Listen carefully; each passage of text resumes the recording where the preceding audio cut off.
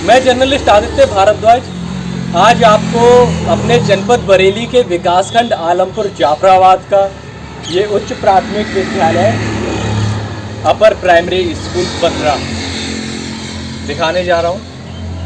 और इस विद्यालय ने अपने काम से अपनी एक अलग पहचान बनाई है, और न केवल पहचान बनाई बल्कि हमारे विकासखंड आलमपुर जाफराबाद का नाम रोशन किया है, और जो कि अपने प्रदेश ही नहीं बल्कि पूरी दुनिया भर में, क्योंकि आज ऐसा जो है कोई शख्स ना रहा होगा जो इस विद्यालय से वाकिफ़ ना हो। क्यों? क्योंकि इस विद्यालय ने जो कहा जाता है ना कि शिक्षार्थ आइए और सेवार्थ जाइए, उसको सार्थक करके दिखाया है। और इसकी जो हमने तमाम चर्चा सुनी तो उसके बाद मन हुआ कि खुद भी देखें और आपको भी दिखाएं, क्योंकि जो तमाम लोगों में एक अलग छवि बनी रहती है ना सरकारी विद्यालय की, मन में एक अलग तस्वीर आती है, तो उसको बदलने का काम इसी विद्यालय ने किया है। इस विद्यालय से तमाम छात्र और छात्राएं NMS यानी कि राष्ट्रीय आय एवं योग्यता आधारित परीक्षा, अटल आवासीय परीक्षा, इंस्पायर्ड अवार्ड आदि के लिए चयनित हुए। और इसी विद्यालय में आश्रम पद्धति के साथ साथ नवोदय विद्यालय की भी तैयारी करवाई जा रही है। तो आइए चलकर देखते हैं कि किस प्रकार से जो है यहाँ पर शिक्षा व्यवस्था चल रही है और कैसे जो है बच्चों को शिक्षित करने का काम हो रहा है। आइए।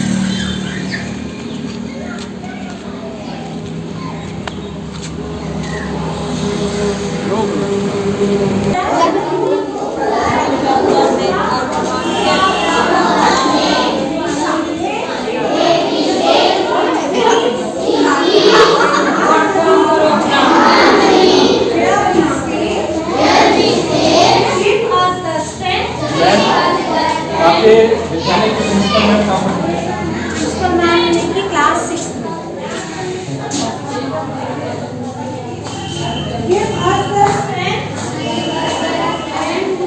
कक्षा 6, जैसा कि हमें बताया गया था कि प्रिंसिपल मैम यहाँ है, तो आइए बात करने का प्रयास करते हैं। Ma'am good afternoon. मैम, जैसा कि आपके विद्यालय का काफ़ी हमने नाम सुना और जो है गुड आफ्टरनून, तो आज हम जो है सरकारी विद्यालयों पर भी जो है चर्चा करने के लिए आए हुए हैं और उस पर जो है बातचीत करते हैं कि कैसे सरकारी विद्यालय नित्य प्रगति के नए आयाम स्थापित कर रहे हैं। देखिए, सरकारी विद्यालय अगर अब हम कहें तो भौतिक संसाधनों की तो हमारे यहाँ किसी भी तरह की कमी नहीं है। कायाकल्प में विद्यालयों का कायाकल्प तो किया ही, साथ में शैक्षिक गुणवत्ता में भी अब हम लोग आगे हैं। हमारे पास एक सुनियोजित व्यवस्थित पाठ्यक्रम है और जिसे हम समय समय पर पूरा करने के साथ ही बच्चों के विभिन्न तरह की जो प्रतियोगी परीक्षाएं वगैरह है उसकी भी तैयारी करा। मैंने ये भी सुना है कि ये जो उच्च प्राथमिक विद्यालय पथरा है, यहाँ पर पथरा, मोतीपुरा, पथरी, इसके अलावा भी दूर दराज के गांवों से भी बच्चे आ रहे हैं। और ऐसे ही यहाँ पर अख्तर नगर से जो है कुछ एडमिशन्स हुए हैं। तो अख्तर नगर से कौन कौन है? तो आओ आप में से जो है बच्चे आइए और आपसे कुछ बातचीत करते हैं।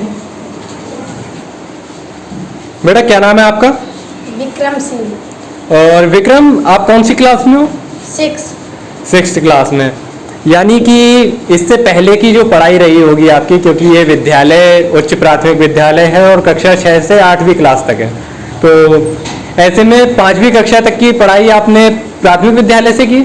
यस। वो कहाँ पर था? अख्तर नगर।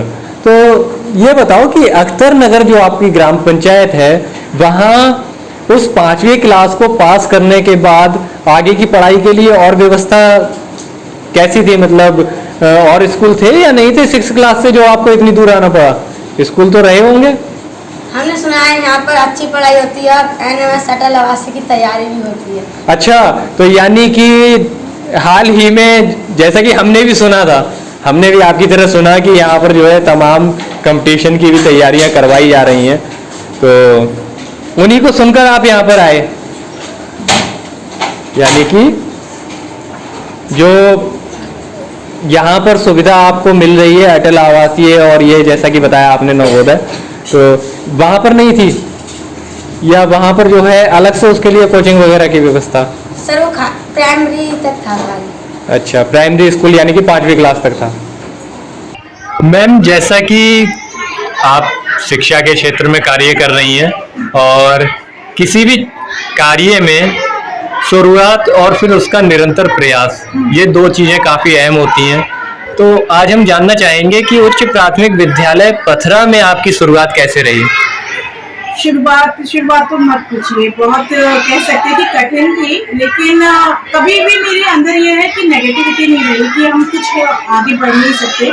शुरुआत में तो बहुत सारे संघर्ष हमें करने पड़े, लेकिन मुझे लगता है ना, अगर हमने कोई काम हाथ में लिया है और हमें सफल होना है, तो 5D फॉर्मूला मैंने हमेशा अपनाया है। वो है एक डायरेक्शन। मैंने एक सपना देखा हमारा विद्यालय कहाँ जाना चाहिए और उसकी क्या दिशा होनी चाहिए। दूसरा है मेरा डेडिकेशन। मैंने पूर्ण समर्पण के साथ इस विद्यालय के लिए काम किया। फिर डिटर्मिनेशन कभी हटी नहीं, जो काम मैंने सोच लिया उसे करना है तो करके ही रहना है। डिसिप्लिन बहुत महत्वपूर्ण रोल है इसका। 4D जो है हमारा, हमेशा अनुशासन का पालन किया मैंने। विद्यालय में समय ज्यादा ही दिया, कम कभी नहीं। और एक डेडलाइन, हमेशा समय सीमा एक बनाई। खुद को भी मैंने एक चैलेंजेस जो फेस करने थे, तो एक डेडलाइन बनाई कि भाई मुझे इस साल ये काम करना है।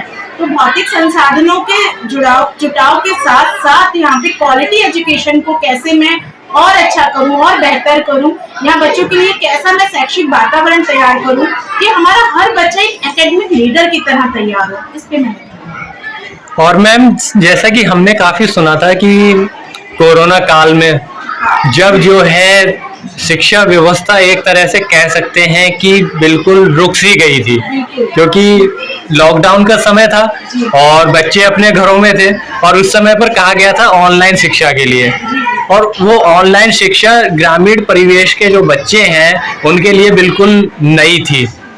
और इसके साथ ही मैम काफ़ी लोगों के सामने आर्थिक तंगी, वो भी एक कारण था, क्योंकि लोगों के पास एक तो उतनी सुविधाएं नहीं थी, ऐसे में बिजली की बहुत ज़्यादा आवश्यकता है, दूसरा फिर स्मार्टफोन या लैपटॉप वगैरह। तो स्मार्ट क्लास और ये सब अब हम परिचित हैं शब्दों से, लेकिन कोविड टाइम से पहले किसी ने सोचा भी नहीं था कि हम पूरी तरह से टेक्नोलॉजी पर ही डिपेंड हो जाएंगे। और हमारे साथ पता है समस्या क्या थी, हमारे 30% पेरेंट्स भी नहीं थे जिनके पास स्मार्टफोन हो। अच्छा, स्मार्टफोन होने के बाद कोई जरूरी नहीं है जिन क्लासेस के लिए हम जो चीज चाहते हैं वो एक्सेस कर पाए, उस ऐप को वो यूज कर पाए, ये भी नहीं जानते थे। तो हमें काफी दिक्कतें हुई, लेकिन हमने बोला ना कि हमारे पास हमेशा क्या रहता है, हमारा पॉजिटिव एटीट्यूड। हमारे जो ग्रेजुएट यहाँ के युवा थे, बच्चियां थी जो हमारे विद्यालय से पढ़ी हुई थी, हमने उनको अपना हेल्पिंग हैंड बनाया। और हमने ऐसा भी किया कि हमने एक स्मार्टफोन से 15-15, 20-20 बच्चों को पढ़ाने की व्यवस्था की। हालांकि ये एक वैकल्पिक साधन था, इसे हम बहुत बेहतर नहीं कर पाए क्योंकि हमारे पास स्मार्टफोन की कमी तो थी और टेक्नोलॉजी की भी नॉलेज बहुत कम थी उस समय। लेकिन हाँ, हमने बाकी अपने स्तर से बहुत बेहतर किया कोविड के टाइम। इसके साथ ही मैम, हमने सुना था और अभी जब आपसे बातचीत हुई तब आपने भी बताया कि आपके विद्यालय में कंपटीशन की तैयारियां भी करवाई जा रही हैं। देखिए, सबसे ज्यादा प्रॉब्लम होती थी हमारे यहाँ बच्चे क्लास 8 पास करने के बाद 9th में जब एडमिशन लेते थे, तो देखिए 6 to 14 ईयर्स के बच्चों के लिए तो जो शिक्षा है वो फ्री है, एजुकेशन फ्री है। हमारे सरकारी विद्यालय में कोई फीस नहीं है, बल्कि उसके बाद बुक्स भी मिलती हैं, है ना, और डीबीटी का 1200 रुपए भी आता है। लेकिन जब 9th में वो एडमिशन लेते हैं, तो अगर सरकारी विद्यालय भी है तो मिनिमम शुल्क तो फीस जाती है। तो यहाँ बच्चों की, बहुत सारे बच्चों की पढ़ाई केवल इसलिए रुक जाती थी, ऐसा नहीं था कि उनमें क्षमताएं नहीं थी आगे पढ़ने की, बल्कि उनकी आर्थिक स्थिति इतनी नहीं थी कि वो 9th में किसी अच्छे स्कूल में एडमिशन ले पाए। ये बात जोड़ती थी। हमने 8 तक बच्चों के साथ इतनी मेहनत की और 9th में फिर वो एडमिशन में दिक्कतें आ रही हैं, तो मैंने एक सुपर 30 ग्रुप बनाया जिसका उद्देश्य था बच्चों को कॉम्पिटिटिव एग्जाम की तैयारी कराना। उसमें भी हमें चाहिए था उनको स्कॉलरशिप मिल जाए। एनालिस्ट पे हमने मेन फोकस किया और इसका परिणाम भी हुआ। हमारे 14 बच्चों को स्कॉलरशिप मिली। 1,000 रुपए पर मंथ की उन्हें मिलती है और साल के अंत में 12,000 रुपए आते हैं, जिससे उनको स्कूल की फीस, बुक्स और यूनिफॉर्म बनवाने में बहुत हेल्प मिल जाती है। अटल आवासीय की हमने तैयारी कराई, हमारे बच्चे का सिलेक्शन हुआ है अटल आवासीय में। इंस्पायर अवार्ड में बच्चे वैज्ञानिक सोच, उनकी दृष्टिकोण को बढ़ावा मिले, तो हमने इंस्पायर अवार्ड में भी उनके आवेदन कराया। 2 बच्चों को हमारे यहाँ इंस्पायर अवार्ड में भी सिलेक्शन हुआ है, तो जिसके तहत उन्हें 10,000 रुपये उनके और आगे किस तरह से वो अपने जो उनकी सोच उन्होंने मॉडल बनाया तो उसको आगे कैसे विकसित करें, उसको बढ़ावा देने के लिए उन्हें 10,000 रुपीज मिले हैं। तो ये सुन के आपको आश्चर्य होगा कि अब दूर दराज के बच्चे भी इस विद्यालय में प्रवेश लेने आ रहे हैं। तो मैम, जैसा कि आपने बताया कि एनएमएस, अटल आवासीय, इंस्पायर अवार्ड, तो जब इन सब चीज़ों की तैयारी करवाई गई उसके बाद परिणाम जो है सार्थक रहे क्या? प्रवेश प्रक्रिया में कुछ अंतर आया? बिल्कुल आया। और सबसे बड़ी बात है कि देखिए, हर अभिभावक चाहता है कि उनके बच्चे का जो भविष्य है वो सवर जाए, है ना। तो इससे ये शायद इसी का ये परिणाम है कि आज की डेट तक अभी हमारे यहाँ 62 एडमिशन हो चुके हैं और आसपास के 7 गांव से हमारे यहाँ बच्चे आते हैं। और मैम, इसके अलावा एक चीज मैं ये कहना चाहूंगा, जैसा कि लोगों के मन में ना आज भी सरकारी विद्यालय को लेकर एक अलग ही पिक्चर बनी हुई है और उसे बदलने का काम तो उच्च प्राथमिक विद्यालय पथरा द्वारा किया जा रहा है, लेकिन क्या ऐसा लगता है कि ये पिक्चर बदलेगी और लोगों का जो है रुख सरकारी स्कूलों की तरफ फिर से होगा? देखिए, मेरे ख्याल से अगर आप ही ने महसूस किया होगा, इतने साल में आपने अंतर देखा होगा। पहले आप किसी परिषदीय विद्यालय में जाते होंगे और अब आप किसी परिषदीय विद्यालय में जाते, दोनों में आपको अंतर दिखता है। तो तस्वीर बदली है ना, तो अभिभावकों की सोच भी बदलेगी। और मैं यहाँ से आपके माध्यम से भी, और मेरे को बहुत अच्छा लग रहा है कि आप इस चीज को एक मतलब परिषदीय विद्यालय की छवि किस तरह की है, आप उसे बाहर दिखाना चाह रहे हैं।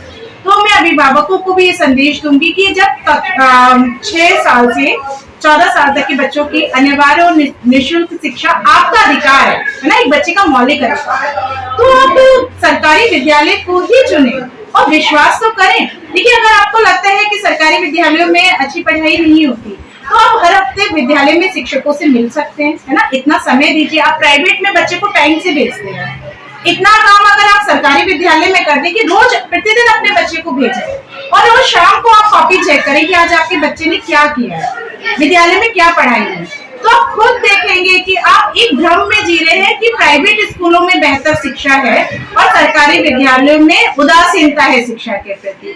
जब आप रोज अगर तुलना कर लेंगे ना ये बात की कि प्राइवेट विद्यालय में जाने वाला बच्चा क्या पढ़ रहा है, कितना पढ़ रहा है, और सरकारी विद्यालय में जाने वाला मेरे बच्चे ने आज क्या किया, कितना पढ़ा, कौन सी क्लास करी, कौन सा सब्जेक्ट पढ़ाया गया, तब आपको खुद से समझ में आ जाएगा कि परिषदीय विद्यालयों में शिक्षा के लिए हम अगर चुन रहे हैं उसे तो कोई कमी नहीं। हाँ, क्योंकि मैम जाहिर सी बात है कि अगर बात की जाए कि निःशुल्क शिक्षा ये हो गई हमारी नर्सरी से 8th क्लास तक, अब उसके बाद 9th, 10th, 11th, 12th, अब यहाँ पर भी जो है लोग अगर नर्सरी से लेकर 12th क्लास तक प्राइवेट स्कूल खोजते हैं तो उस 12th क्लास को पास करने के बाद अधिकतर लोगों का मैंने यही देखा है कि वो गवर्नमेंट कॉलेज एंट्रेंस एग्जाम, तो देखिए बिल्कुल ये वो है। अगर आप 100 विद्यालय किसी में जाते हैं, यूनिवर्सिटी में जाते हैं, कॉलेज में जाते हैं, वहाँ मोटी फीस होती है, तब आपको लगता है कि बच्चा कोई अच्छा एंट्रेंस एग्जाम निकाल ले या उसके मार्क्स अच्छे हों तो मेरिट में आ जाए और कोई सरकारी उसे कॉलेज मिल जाए जिससे उसे कम फीस देनी पड़ जाए। लेकिन अब वो छोटा है, अभी आपको फीस लगता है बहुत बड़ी फीस नहीं है, आप प्राइवेट में भेज दें, तो आप शुरू से चुनाव गलत कर रहे हैं, है ना। अगर आपने शुरू से ही सरकारी विद्यालयों को चुना होता तो आगे जाने तक बच्चा अपने शिक्षा उच्च शिक्षा के लिए खुद मार्ग बना लेता। जैसे हमारे यहाँ अगर अटल आवासीय में बच्चा सेलेक्ट हुआ है तो 12वीं तक वो अपनी पढ़ाई खुद कर सकता है। अगर एनएमएस में सिलेक्ट हुआ है तो वो अपने पढ़ाई का खर्चा खुद उठा सकता है। यानी कि मैम प्रयास तो सार्थक हो रहे हैं और तस्वीर बदल रही है। बिल्कुल। और मेरा बेसिक भी बदल रहा है। बिल्कुल बिल्कुल। और एक चीज मैम और कि इतनी सारी बातें हुई और जहाँ होता है ना कि शून्य से शिखर तक की यात्रा, तो अभी तो चुनौतियां और भी हैं, लेकिन फिर भी राज्य अध्यापक पुरस्कार, इसे आप कैसे देखते हैं? देखिए ये पुरस्कार मुझे लगता है कि केवल मेरा अकेले का नहीं है। अगर मैं इसे साझा करूं तो मेरे अभिभावकों का है, इस गांव का है, मेरे साथ के अध्यापकों का है, मेरे हर उस बच्चे का है जो अपने विद्यालय के लिए मेहनत कर रहा है। और पुरस्कार एक तरह से कह सकते हैं कि ये लक्ष्य नहीं होता किसी भी शिक्षक का। हाँ ये जरूर है कि इससे पॉजिटिविटी और मिलती है और कॉन्फिडेंस बढ़ जाता है, हम जो कर रहे हैं ठीक कर रहे हैं, उससे बेहतर कैसे करें, और एक तरह से ये जिम्मेदारी भी बढ़ाती है। अब मुझे लगता है और अच्छा मैं क्या करूं अपने विद्यालय। तो मैम यहीं से जो है ऐसी चीजें निकल कर आती हैं कि जब आपको पुरस्कृत किया गया या किसी बड़े मंच से उच्च प्राथमिक विद्यालय पथरा, तो ये पथरा गांव जो है एक अपने जनपद बरेली के, उत्तर प्रदेश के छोटे से जनपद, मैं तो छोटा ही कहूंगा इसे, और छोटे से हमारे ब्लॉक, और उस छोटे से ब्लॉक का छोटा सा गांव, लेकिन आज जो है शिक्षा के क्षेत्र में इतने बड़े बड़े काम करने पर, इतनी बड़े बड़े मंचों से उसका जब नाम पुकारा जाता है तो वो फीलिंग कैसी होती है? बिल्कुल दिल की बात कह रही मेरी। जब मुझे पता चला था राज्य पुरस्कार के लिए मेरा नाम सिलेक्ट हुआ है तो खुशी हुई थी, लेकिन सच मानिए उससे ज्यादा खुशी मुझे तब हुई जब मुझे मंच पर बुलाया गया और उस मंच पे मेरे नाम के साथ में मेरे विद्यालय का नाम, उच्च प्राथमिक विद्यालय का, तो शायद वो नाम सुन के इतना भावुक हो गई थी मैं। और योगी जी से पुरस्कार पाना ये अपने आप में एक सम्मानित बात है। आभारी हूँ मैं कि मेरे सभी अधिकारियों ने और हमारे विभाग ने हमारे कार्य को समझा और इसे इतने बड़े मंच तक पहुंचाया। और मैम इसके अलावा जो है अपने विकासखंड आलमपुर जाफराबाद क्षेत्र के लोगों को आपका क्या संदेश रहेगा, क्योंकि आज भी समस्या ज्यों की त्यों है, क्योंकि आर्थिक तंगी आज भी है और लोग प्राइवेट स्कूलों का रुख कर रहे हैं, वो भी केवल दिखावे के लिए कि साहब हमारे रिश्तेदार, हमारे रिलेटिव, हमारे जानने वालों का बच्चा फला विद्यालय में पढ़ रहा है और इसीलिए हम जो है अपने बच्चे का यहाँ एडमिशन करवाएंगे, जबकि जो है निःशुल्क शिक्षा की व्यवस्था है। देखिए मैं अभिभावकों को ये संदेश देना चाहती हूँ कि जब शिक्षा फ्री है ना, निःशुल्क है, तो आप अपने बच्चों की कक्षा 8 तक पढ़ाई के लिए कम से कम अपने पास के परिषदीय विद्यालयों का चुनाव करें। क्योंकि अगर आप मान लीजिए आपकी आमदनी जितनी है आपने उससे ज्यादा भी कमाया है, तो वो उस चीज पे क्यों खर्च करे जो आपको सरकार फ्री में दे रही है ना। अगर उसे खर्च करना है तो आप बच्चों के अच्छे पालन पोषण में कीजिए, उनको घर में अतिरिक्त सुविधाएं देने में कीजिए। क्योंकि जब हम किताबें दे रहे हैं, हमारे यहाँ से यूनिफॉर्म आपको मिल रही है, यानी बच्चे की जितनी भी जरूरत की चीजें हैं वो विद्यालय से मिल रही है आपको, तो उस पर तो आपको खर्च करना नहीं है।